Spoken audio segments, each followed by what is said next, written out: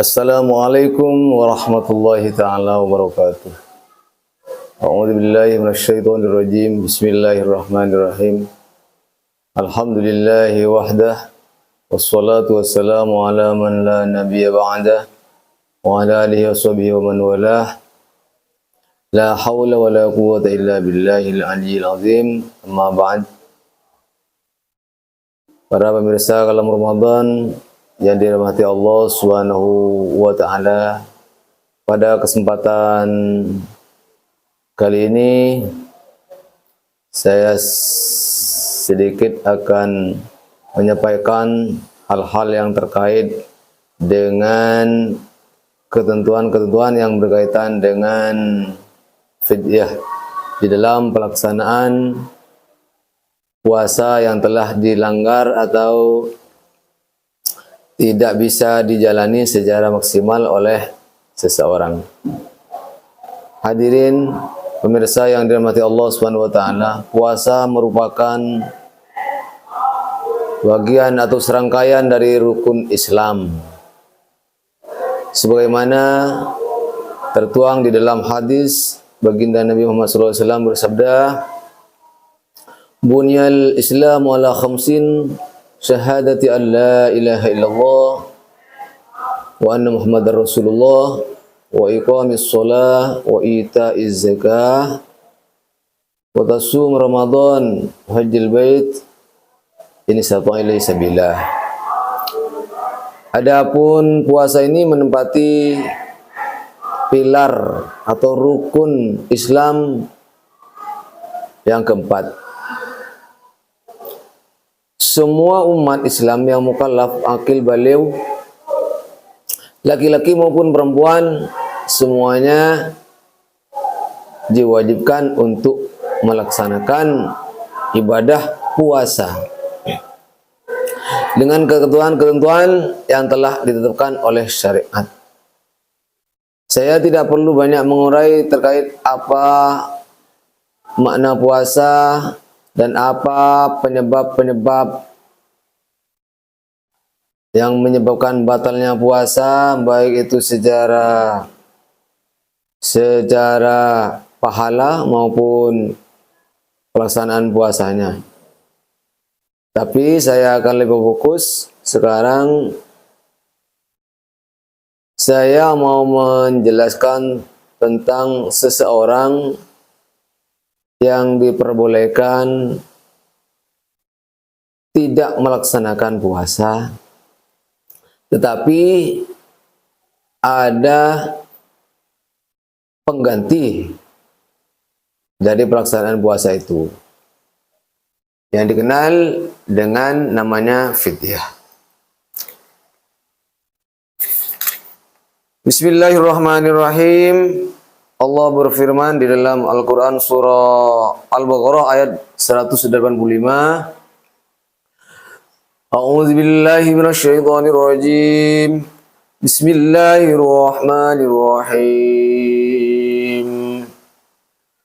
Faman kana minkum maridan aw ala safarin fa iddatun min ayyamin ukhra.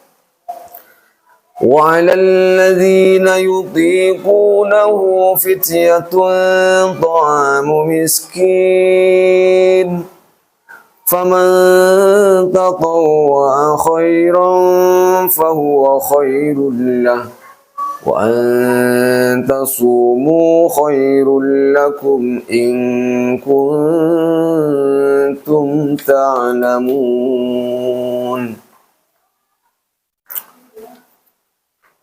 Bismillahirrahmanirrahim. Adapun kriteria orang yang bisa membayar fidyah, di antaranya ada 3, di antaranya 1, orang tua renta yang tidak memungkinkan untuk berpuasa. Jadi ketika kondisinya sudah tidak begitu fit, orang tua renta tidak memungkinkan untuk menjalani atau melaksanakan ibadah puasa, boleh tidak berpuasa, tapi konsekuensinya nanti membayar fidyah. Yang kedua, orang sakit parah yang kecil kemungkinan sembuh. Orang sakit parah yang kecil kemungkinan untuk sembuh. Berarti pasien yang sangat gawat, darurat, itu harapan untuk sembuh sudah tidak ada kemungkinan, maka boleh tidak melaksanakan puasa, tapi sebagai penggantinya adalah fidyah. Kemudian yang ketiga adalah ibu hamil atau menyusui yang jika berpuasa khawatir dengan kondisi diri atau bayinya. Ketika ada seorang ibu hamil, baik hamil muda maupun hamil tua, hampir pembukaan misalnya, hampir persalinan, menjelang persalinan, maka kalau kondisi sudah tidak memungkinkan, baik itu berisiko kepada dirinya si ibu maupun terhadap janin, bayi yang dikandung, boleh. Tapi ini untuk bisa menetapkan ini adalah harus rekomendasi dokter. Sebab yang tahu kondisi kesehatan seseorang secara medis itu dokter. Nanti kalau asal-asalan, nantinya hanya sekedar perkiraan saja. Selama bisa berupaya untuk melaksanakan, ya laksanakanlah. Maka fidyah wajib dilakukan untuk mengganti ibadah puasa dengan membayar sesuai jumlah hari puasa yang ditinggalkan untuk satu orang. Nantinya maka makanan itu disumbangkan kepada orang miskin. Ini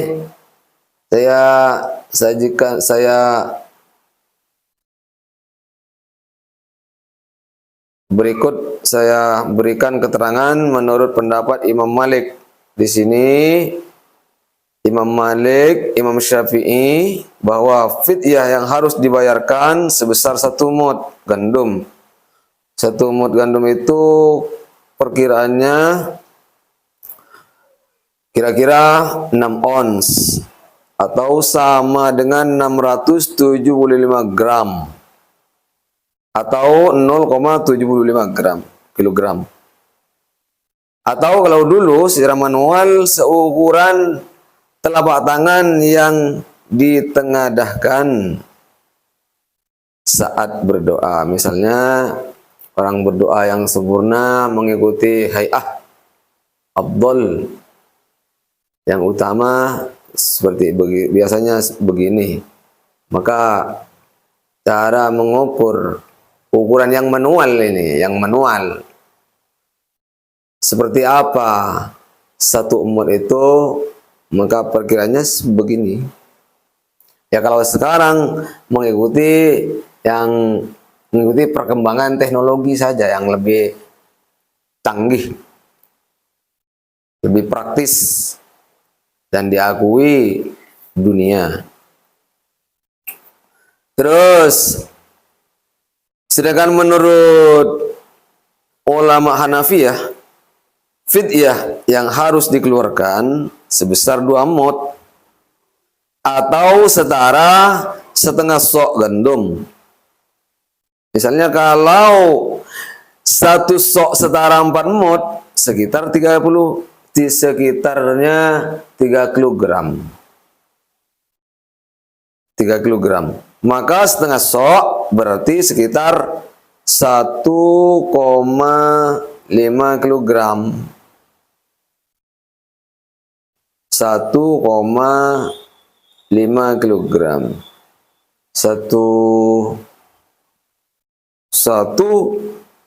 separuh dari 3 kilogram berarti 1,5 lah. 1,5 kilo. Aturan kedua ini biasanya digunakan untuk orang yang membayar fidyah berupa beras. Yang berupa beras ini. Sekarang caranya, kepada siapa disalurkan fidyah ini? Cara membayar fidyah ini, yang ibu hamil bisa berupa makanan pokok, misal ia tidak puasa 30 hari, maka ia harus menyediakan fidyah 30 takar, di mana masing-masing 1,5 kg. Jadi sediakan dulu, bungkuslah beras misalnya 1,5 kg. Ini sudah dirinci. Jadikan 30